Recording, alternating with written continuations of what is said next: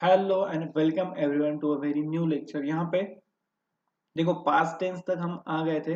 अब past tense में हमने देखा था सिंपल पास्ट टेंस, याद आ रहा है कि कुछ? हाँ, सिंपल पास्ट टेंस में हमने उसका फॉर्मूला देखा था, subject plus V2 plus object. हमने देखा था इन टोटल दो ऐसे टेंस होते हैं पूरी दुनिया में जिसको हेल्पिंग वर्ब की जरूरत नहीं होती। एक है सिंपल पास्ट टेंस और दूसरा था simple present tense.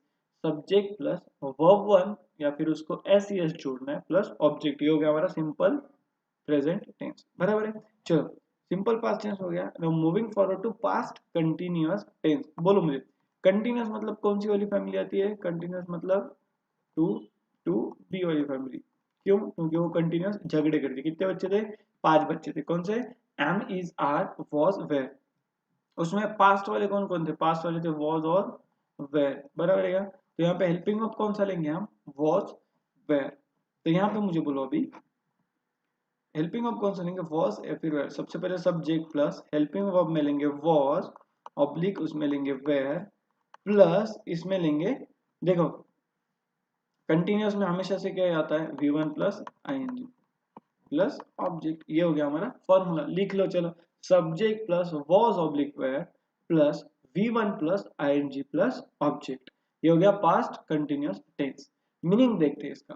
Past continuous tense is used to describe an action ongoing in the past. मतलब अभी मैं ये पॉइंट ऑफ टाइम पे अगर मैं खड़ा हूं, मैं आज की तारीख में खड़ा हूं और मुझे ये बोलना है कि पिछले साल 15 अगस्त को ये टाइम पे हमारा जो इवेंट था वो शुरू था, तो मैं कैसे कहूंगा कि पिछले साल ये टाइम पे, मतलब ये वक्त पे हमारा इवेंट कंटिन्यूएशन में था। लेकिन अभी कंटिन्यूएशन में है क्या? नहीं, वो पिछले साल कंटिन्यूएशन में था, मतलब पास्ट में कभी तो वो इवेंट कंटिन्यूएशन में था। तो उसको हम कौन सा टेंस यूज करेंगे? Past continuous tense. ठीक है, फॉर्मूला लिख लो। देखो ये वॉज कहाँ पे आता है रे, और वेयर कहाँ पे आता है? ये क्लियर कर लो। चलो, वॉज आता है, ये वो वैसे ही नहीं लर्न करना कि आई ही शी इट इसके सामने वॉज आता है, वैसा कभी नहीं लर्न करना। ठीक है, वॉज आता है जब सब्जेक्ट जो है वो सिंगुलर हो। सिंगुलर कैसे लर्न करना है? फिर से WS was as for singular. और वेयर आता है जब सब्जेक्ट होता है अपना प्लूरल। ये बराबर है कह रहे? बराबर है। चलो सर, फिर आई और यू का क्या है यहाँ पे? तो आई के सामने यहाँ पे लगेगा वॉज और यू के सामने यहाँ पे लगेगा वेयर। ये हर जगह पे आई और यू की अलग अलग ट्रीटमेंट है, उसको एक लाइन में लर्न नहीं करना कभी भी। तो ये यहाँ पे ड्रॉ करो, ये डायग्राम नीचे की जो लिखा। वॉज आता है जहाँ पे सब्जेक्ट सिंगुलर होता है, वेयर आता है जहाँ पे सब्जेक्ट प्लूरल होता है। आई के सामने यूज करेंगे वॉज और यू के सामने यूज करेंगे वेयर। चलो समझे गए पास्ट कंटिन्यूअस टेंस। चलो अब आगे, past perfect tense. Past perfect tense में अब मुझे बोलो फैमिली कौन सी है? परफेक्ट वाली, मतलब हैव हैज हैड। उसमें पास्ट में कौन था? हैड, एक ही था। तो हेल्पिंग वर्ब कौन सा आएगा वहां पे? Had, subject plus had. झगड़ा ही नहीं है यहाँ पे, एक ही हेल्पिंग वर्ब है। ठीक है, खत्म। प्लस मुझे बोलो, यहाँ एक सेकेंड, यहाँ पे हमें, हाँ बराबर है। ठीक है, हाँ। अब यहाँ पे लिया हमने हैड। अब मुझे यहाँ पे बोलो, जहां पे भी सेंटेंस में कभी भी हैव हैज हैड आएगा तब वी का कौन सा फॉर्म लेंगे? Third form. वर्ब का कौन सा फॉर्म लेते हैं हम? Third form. Subject plus had plus V3 plus object. ये हो गया हमारा पास्ट परफेक्ट टेंस। ये देखो लर्न किया है क्या मैंने? मैंने लर्न नहीं किया, मैंने सिर्फ वो रूल्स लर्न किए, उसके ऊपर से मैं यहाँ पे फॉर्मूला जो है वो डिराइव कर रहा हूँ। कैसे रूल्स मैंने लर्न किए? सबसे पहले मैंने एक स्टोरी बनाई। वो स्टोरी में मैंने देखा कि हेल्पिंग वर्ब कौन सा आना चाहिए। बराबर है, हर जगह पे वो स्टोरी वहां पे एप्लीकेबल होगी। फिर मैंने यहाँ पे लर्न किया कि उसके सामने वर्ब के कैसे फॉर्म लर्न करने। जैसे कंटिन्यूअस रहा तो V1 प्लस आईएनजी कंपल्सरी आएगा। परफेक्ट रहा तो उसमें हैव हैज हैड तो आने ही वाला है, तो हैव हैज हैड अगर आया तो उसके सामने हमेशा वर्ब का कौन सा फॉर्म रहेगा? Third form. Simple past tense जिसमें हेल्पिंग वर्ब नहीं आता उसमें वर्ब का सेकंड फॉर्म आता है। पूरे 12 में से एक ही टेंस फॉर्म ऐसा है जिसमें वर्ब का सेकंड फॉर्म आएगा, S plus V2 plus object. This is simple past tense. और सिंपल प्रेजेंट में वर्ब वन प्लस एसीएस आएगा। तो ऐसे यहाँ पे लर्न करना है, 3-4 सेंटेंस में जो अपना पूरा फॉर्मूला यहाँ पे खत्म हो जाता है। देखो, past perfect tense is used to refer an action that took place and were completed in the past. मतलब इन पास्ट वो एक्टिविटी शुरू भी हो गई लेकिन कंटिन्यूएशन में थी क्या? नहीं, शुरू हो गई और खत्म भी हो गई। पिछले इसमें और इसमें फर्क क्या है? पास्ट कंटिन्यूअस में वो एक्टिविटी ये टाइम पे पिछले साल शुरू थी, यहाँ पे क्या है? वो एक्टिविटी ये टाइम में पिछले साल खत्म हो गई थी। ठीक है, तो फिर यहाँ पे क्या आएगा? Past perfect tense. Example, I had played. देखो हैड यहाँ पे हेल्पिंग वर्ब है, दूसरा कोई है क्या? तो आई और यू के सामने भी हम क्या ही लगाएंगे? हैड लगाएंगे। बराबर है क्या रे? चलो, ही और शी हैड प्लेड। फॉर्मूला लिख रहे हो ना, साथ साथ में फॉर्मूला लिखते जाना है। स्लाइड में जो लिखा है मेरे पीछे वो लिखना है पूरा का पूरा।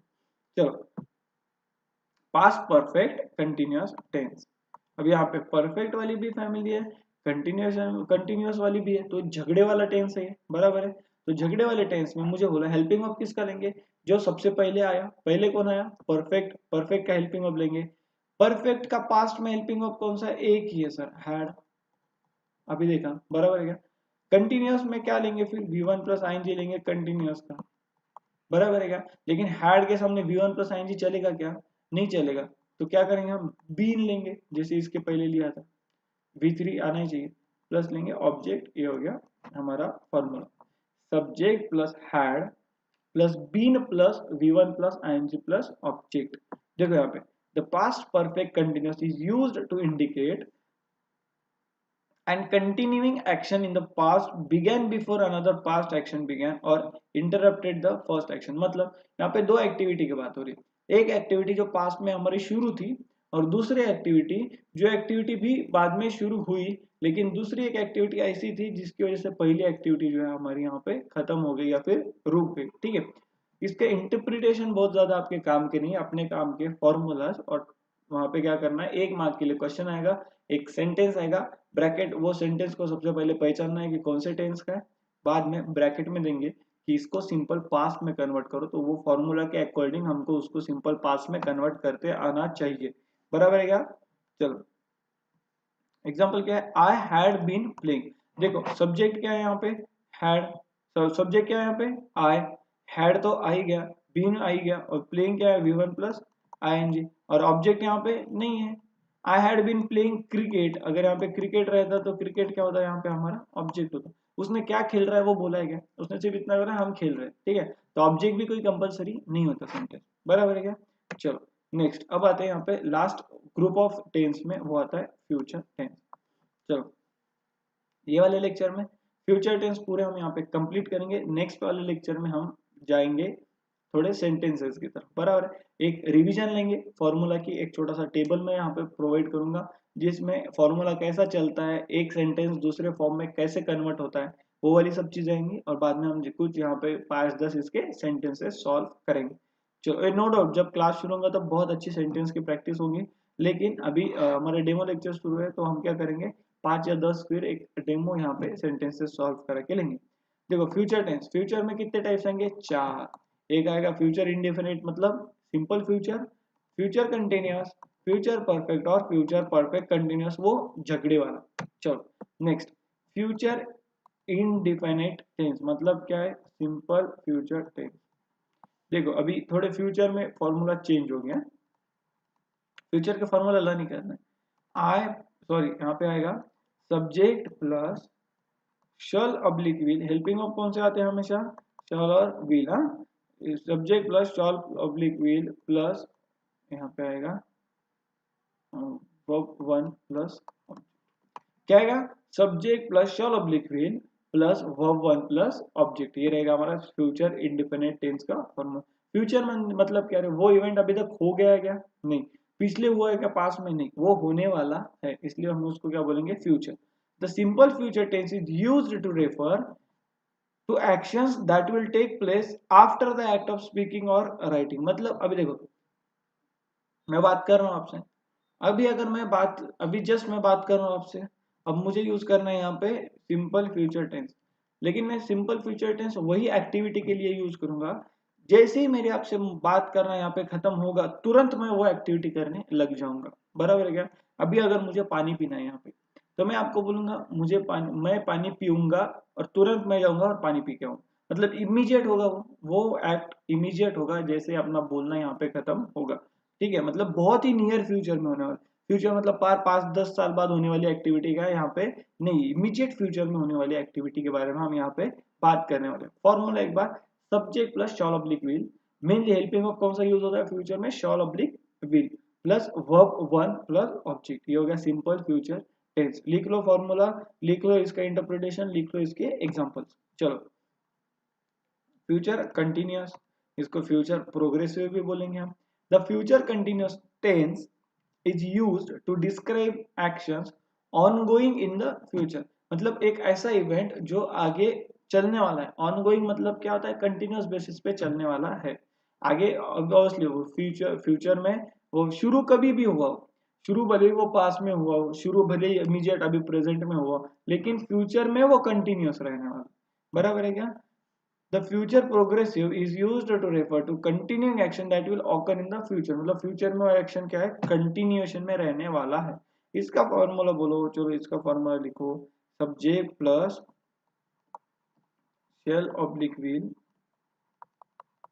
प्लस बी लिखते हैं, इसके हमने क्या लिखते हैं, बी प्लस, और कंटिन्यूअस है तो क्या लेंगे हम, v1 plus ing plus object. देखो हेल्पिंग वर्ब का जो सीन है ना, जो हमने स्टोरी देखी थी, that is only applicable to present tense and past tense. Future में वो वाली स्टोरी नहीं। जैसे कंटिन्यूअस, अगर यहाँ पे मैं बोलूँ कौन सी फैमिली आएगी, तो यहाँ पे आएगी टू बी वाली फैमिली, बराबर है।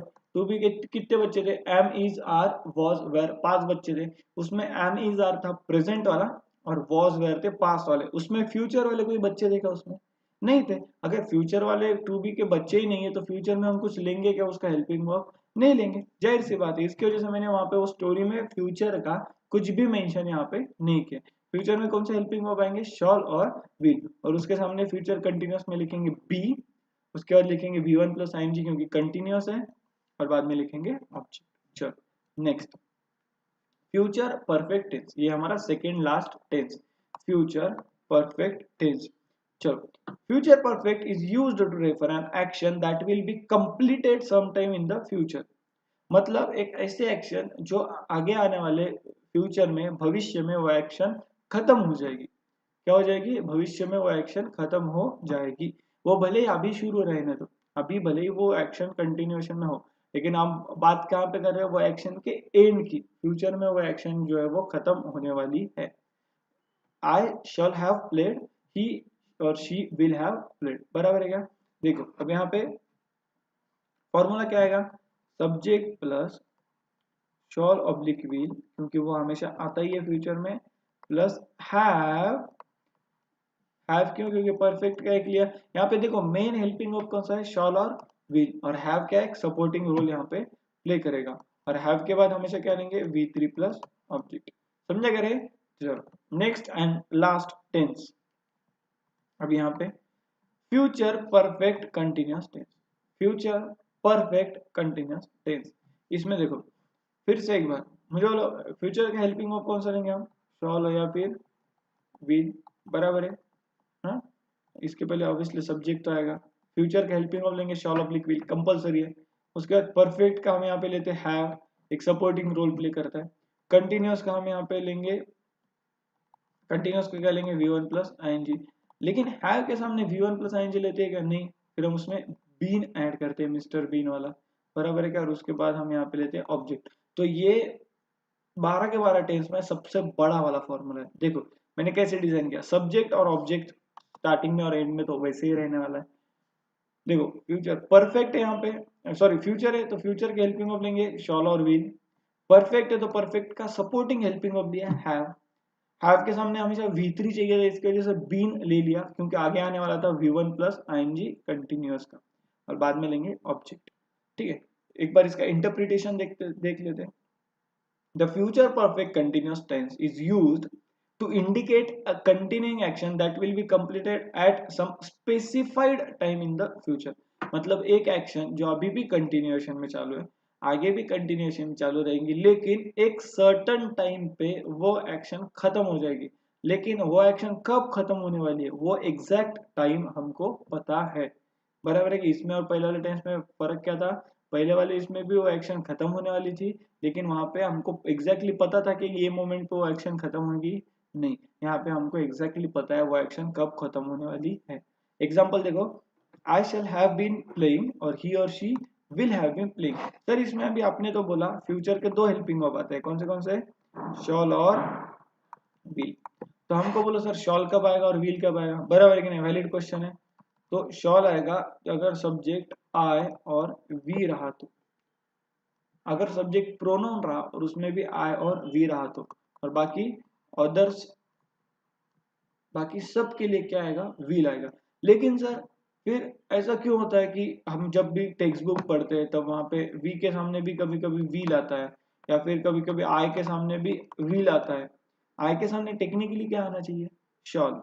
वी के सामने टेक्निकली क्या आना चाहिए, शल, बराबर है। कभी कोई जन शल बोलता है, कोई जन शॉल बोलता है उसको, ठीक है। तो ऐसा क्यों होता है, क्योंकि अभी जनरली इंग्लिश में आई विल कॉमन हो गया, ये वाली मिस्टेक कॉमन होगी। अब सब जन आई के सामने विल यूज करते हैं अगर फ्यूचर रहा तो, लेकिन ग्रामेटिकली कैसा लिखना चाहिए हमने, आई के सामने शल, वी के सामने शल, बाकी सब के सामने विल। हम यहाँ पे क्या ध्यान रखेंगे, आई और वी के सामने हम हमेशा यहाँ से शल लिखेंगे, बराबर है क्या।